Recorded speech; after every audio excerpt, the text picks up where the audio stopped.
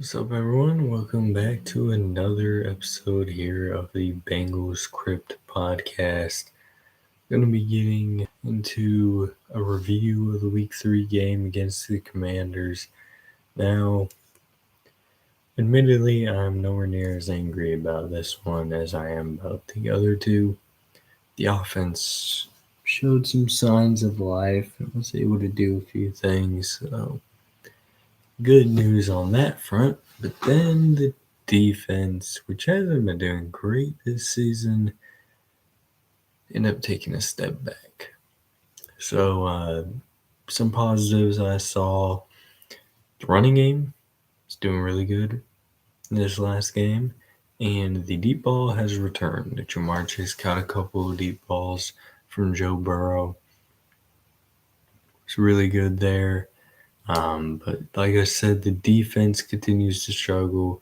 We had 2 sacks. Jay Tufeli and Zach Carter combined for 1. And then obviously Trey Hendrickson got 1 late. The run defense looked absolutely garbage. We let Luke McCaffrey convert on 4th down multiple times, actually. Eric Hall, at least he played pretty well. I mean, he only got 4 catches again in this game, but it was good reps. T. Higgins is back. He had a minimal role. Probably should have had a touchdown, but that's not really on him. The ball was kind of high, so definitely an interesting thing there. There you go, get the light out of there a little bit. Can't get it all the way out, unfortunately. But McPherson missed a 48-yard field goal, which is really unfortunate. It's his first miss of the year, and it could have changed some things late, but I think our defense just was not playing good enough to actually make that matter. They gave up a 30-yard touchdown run to Austin Eckler, Dante Fowler, and a few others get sacks on Joe Burrow. McPherson makes 2 other field goals. McLaurin absolutely destroyed CTB multiple times today. Or not today, obviously. That was last Sunday, but almost a full week ago now. But yeah, or actually it's Monday. But Terry McLaurin, they call him Scary Terry for a reason. He destroyed Cam Taylor right after his stupid comments about it being a college offense. Pissed off Zach Taylor, whole thing with that. Hopefully the defense can rebound and the offense can maintain this week. But Jaden did, yeah, they're just, most of these notes are just the offense getting destroyed. Or their offense destroying our defense. Lots of deep balls today I keep saying today. Joe Burrow was able to get some good connections deep. Almost had a really good one with T. Higgins, but he went out of bounds. We do lose Trent Brown for the entire season, so we got to see a little bit of Marius Mims. He made some rookie mistakes, but overall I think he played pretty well. We get scored on by an O-lineman in back-to-back weeks. That's always fun. I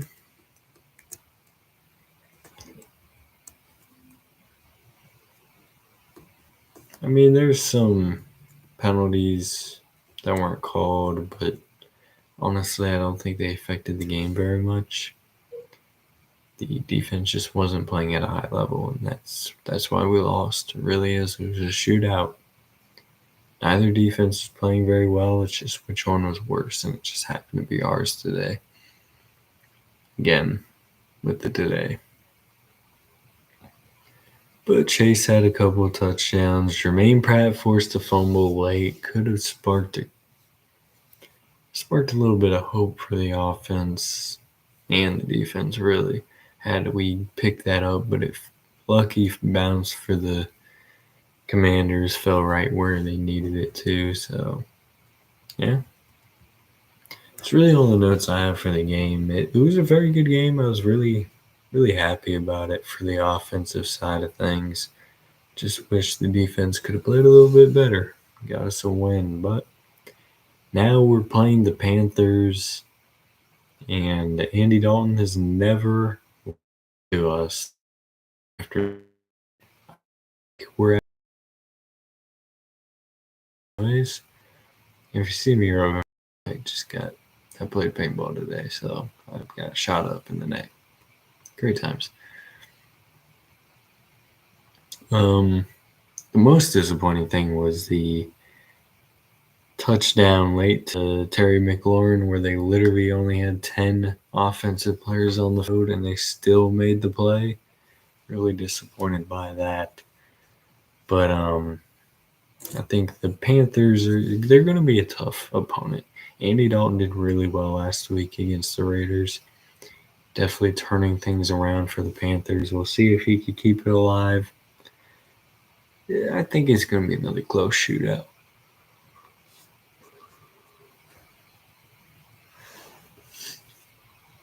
My prediction for the week is going to shift to the offense.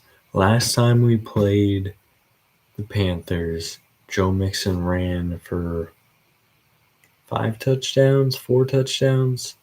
I know he ended up with 5 or 6 in total, but some of them were receiving. So just a really good game for him, and I'm hoping we can continue our running success that we had against the Commanders, against the Panthers.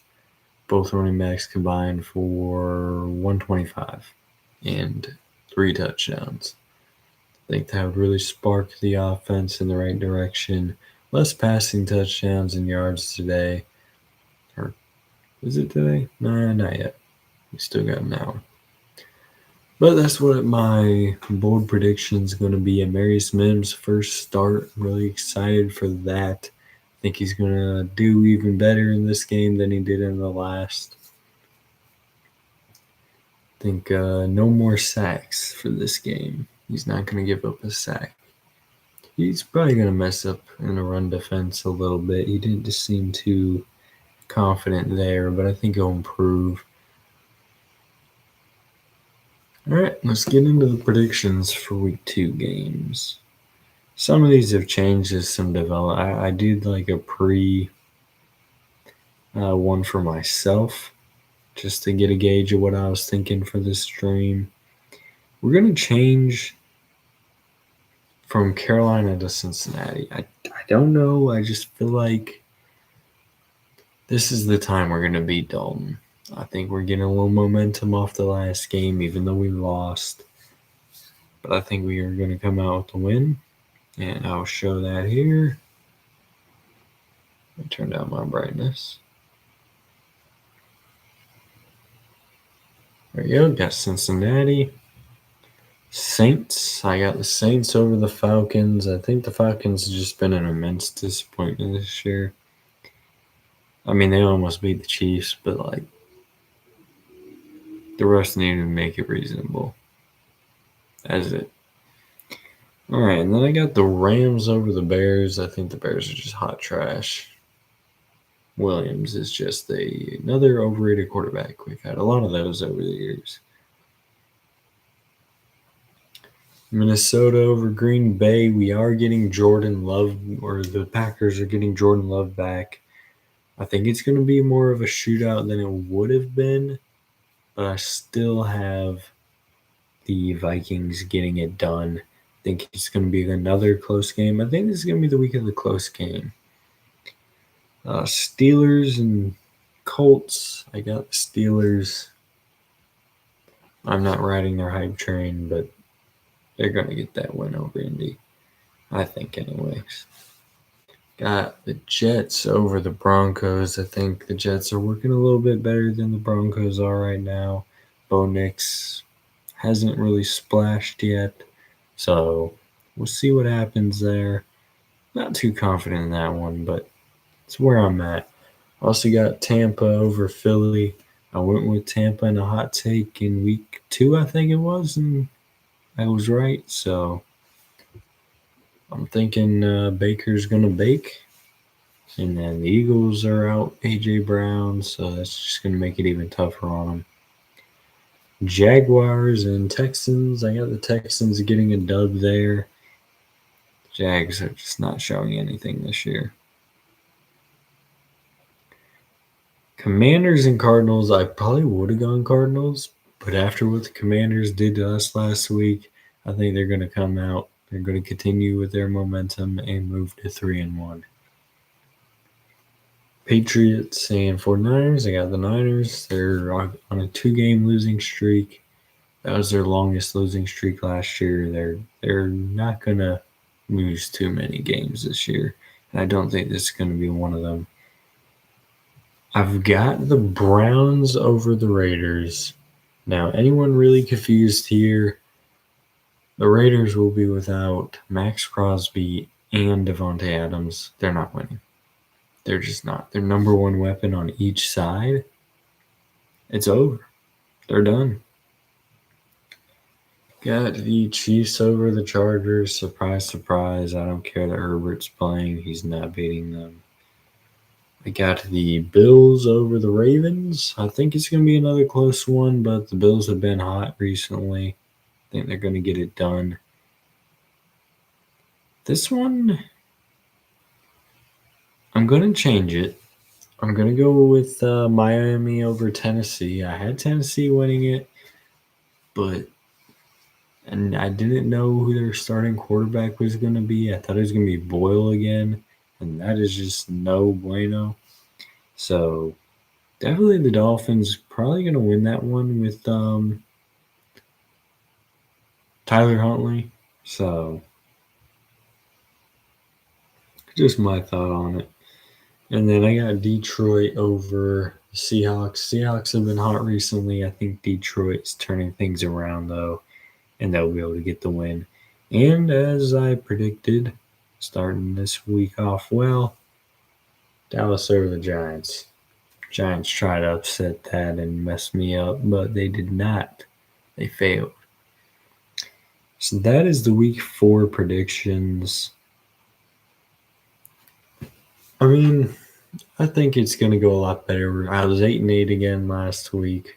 So, and I was wrong on my record in week 1. I was 13-3. So, regardless, losing those predictions, I've been better at it in the last 2 or 3 years. But this year's been a little unpredictable for me. I thought certain teams would do a little bit better. Like the Falcons, I thought they'd be a little bit better than they are. They were really overrated.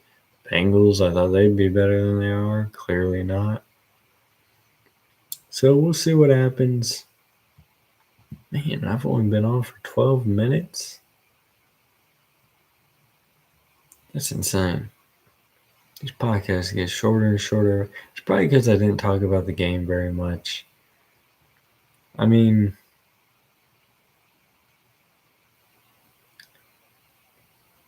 it's not bad that these are short, just because I don't have a whole lot to. I mean, I had quite a bit I had a lot more notes than I talked about, but then I realized they're just kind of repetitive. Like, oh, this team scored. Oh, this team scored.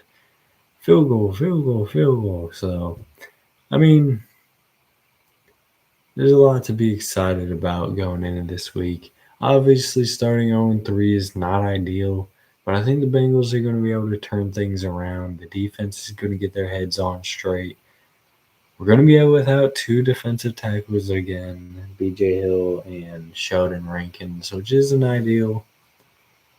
But one of them ended up being doubtful, so maybe we'll have them back for the following week. We'll have to see what happens. But I don't really have much else to talk about. Who date all you Bengals fans out there? See you in the next one. Have a good day.